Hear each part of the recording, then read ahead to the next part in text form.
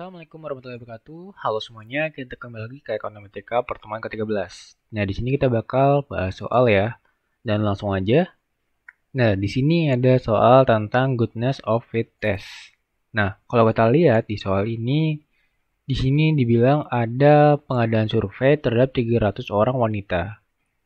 Dan terdapat judul kartun dan frekuensinya. Jadi di sini mereka menguji ketertarikan perempuan ini terhadap kartun-kartun yang tayang pada hari Minggu.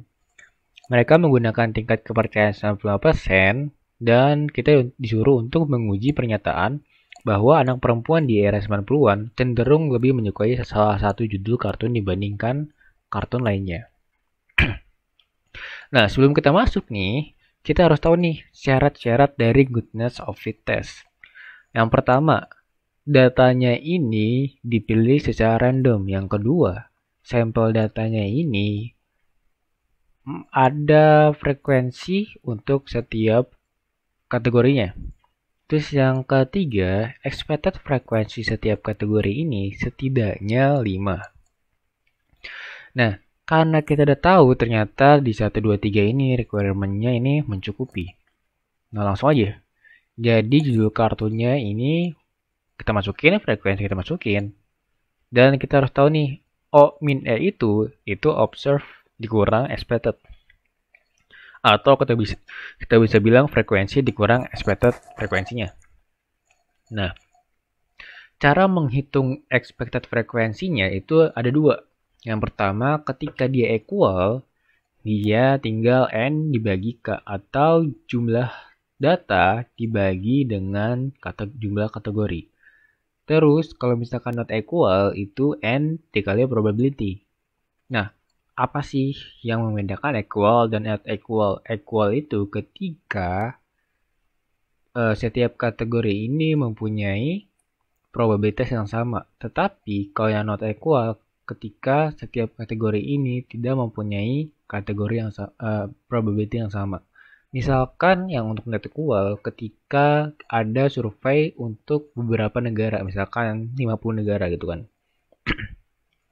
Nah, kita adain survei untuk besarnya pendapatan negara di 50 negara.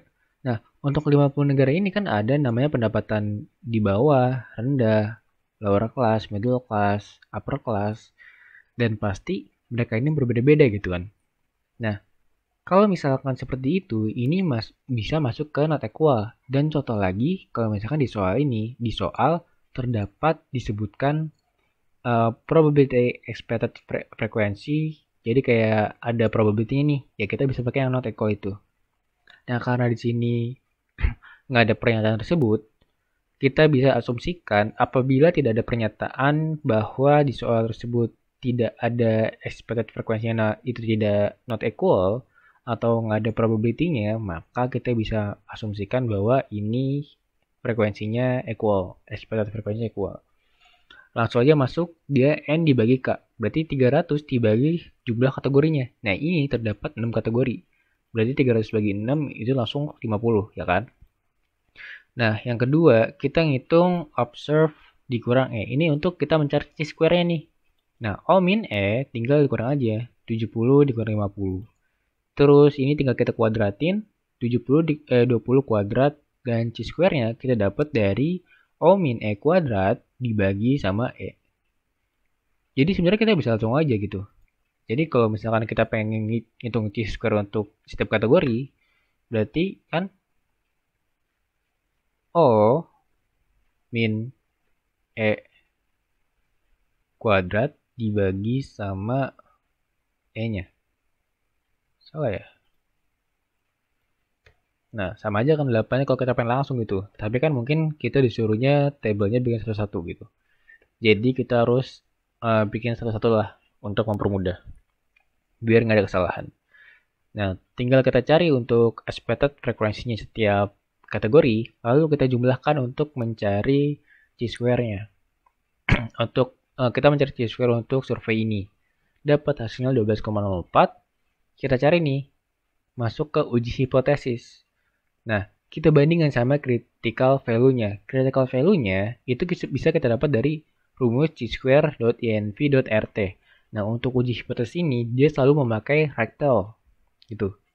Atau yang kanan kan. Nah, rumusnya kalau kita lihat chi2.inv.rt ini probability-nya. Nah, kita pakai yang 5%. Degree of freedom-nya kita dapat 5. Dari mana sih degree of freedom dapat 5? Ini dapatnya dari kategori, jumlah kategorinya dikurang sama 1. Berarti kan 5 ya. Nah, dapat 11,07. Nah, karena chi-square-nya ini lebih daripada critical value, kita dapat mendapatkan keputusannya itu reject H0. Untuk p-value-nya itu kita pakai dis. Sebenarnya hampir mirip-mirip ya. Nah, bedanya ini kita pakai chi2.dis.rt dan ini kita pakai x. X-nya itu kita pakai chi-square-nya 12,04 dan degree of freedom 5. Kita bandingkan sama alfanya yaitu 5%. Karena dia P value-nya kurang dari A, maka kita dapat keputusan yang sama yaitu reject H0.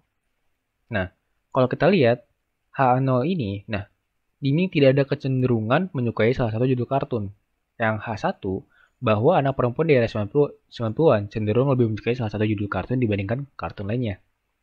Nah, ini dapat dari mana sih? Kalau kita lihat di sini, dengan tingkat kepercayaan 90%, ujilah pernyataan bahwa anak perempuan di era 90-an cenderung lebih menyukai salah satu judul kartun dibandingkan kartun lainnya.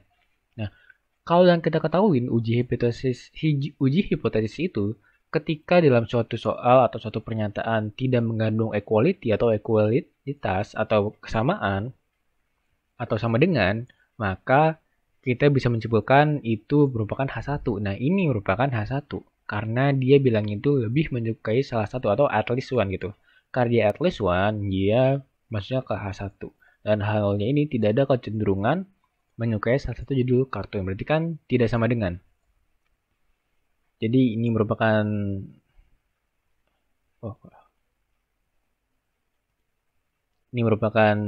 kalau kita bilang tidak sama dengan,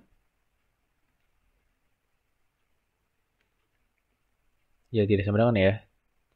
Ini merupakan yang at least one gitu. Nah, dari sini kita dapat membuat suatu pernyataan di kesimpulannya. Dengan tingkat kepercayaan 95%, terdapat cukup bukti yang menyatakan bahwa anak perempuan di era 90-an lebih menyukai satu judul kartun dibandingkan kartun lainnya, begitu. Karena kan, kalau kita lihat sini kan di JK0 ya, kalau kita gambar ya. Kita draw. Di sini set. Nah, jangan rectal ya. Kita lihat pakai orange. Nggak jelas. Ini merupakan dia mana nih? Critical value ini. CV. Ini 11,07 ya kan? 11,07. Nah, terus kita pengen nyari chi-square. Chi-square-nya ternyata dia 12,04 di sini. Chi-square-nya 12,04.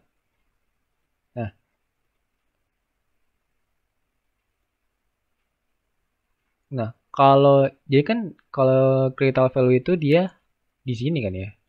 Daerah sini.